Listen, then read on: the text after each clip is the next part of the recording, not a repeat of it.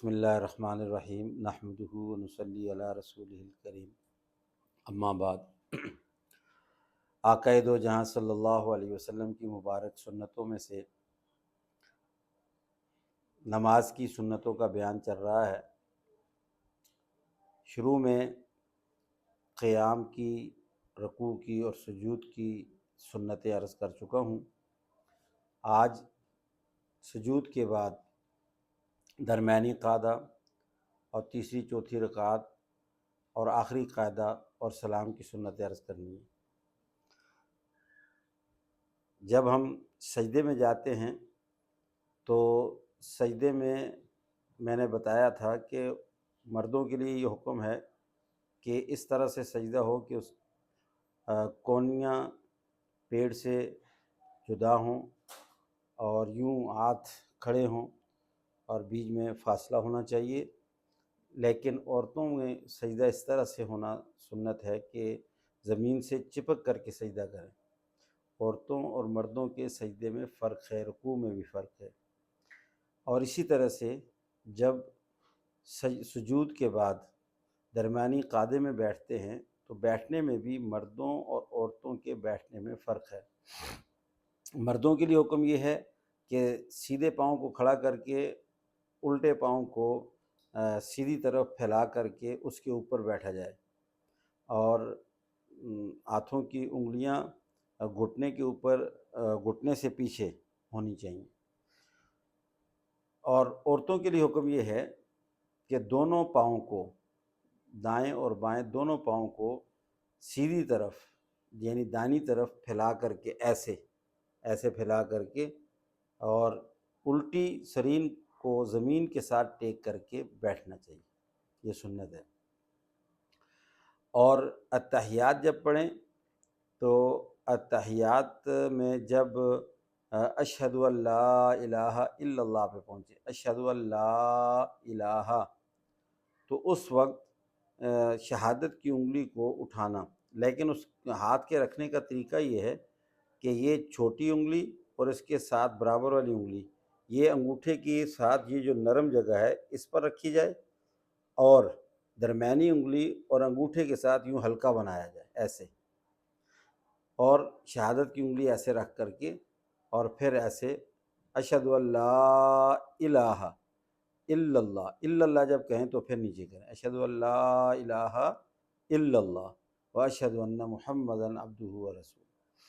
اور بائیں ہاتھ جو ہے وہ اسی طرح سے رہے گا، صرف دانے ہاتھ کو اس طرح سے ہلکا بنانا ہے، چھوٹی انگلی اور برابر والی انگلی کو اس طرح رکھنا ہے، اور یہ سنت ہے، یہ اس طرح ہلکا بنا کر کے اور شہادت کی انگلی کے ساتھ اشہد ان لا الہ الا اللہ پہ نیچے کر دیں۔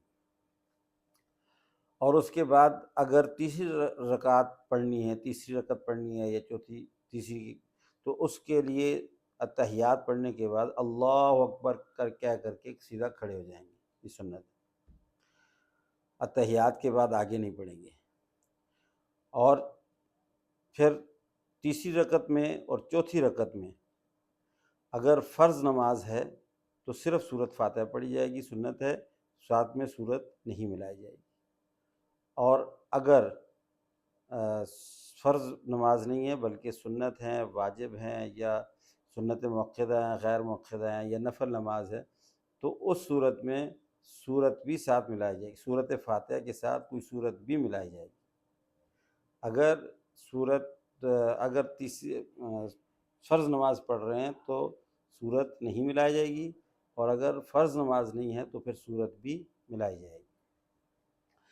اور اگر آخری قاعدے میں بیٹھے ہیں تو بیٹھنے کا طریقہ تو وہی ہے، اور البتہ اتحیات پڑھنے کے بعد پھر درود شریف پڑھنا یہ بھی سنت ہے، درود ابراہیمی پڑھا جائے گا، مکمل درود ابراہیمی پڑھا جائے گا دونوں حصے۔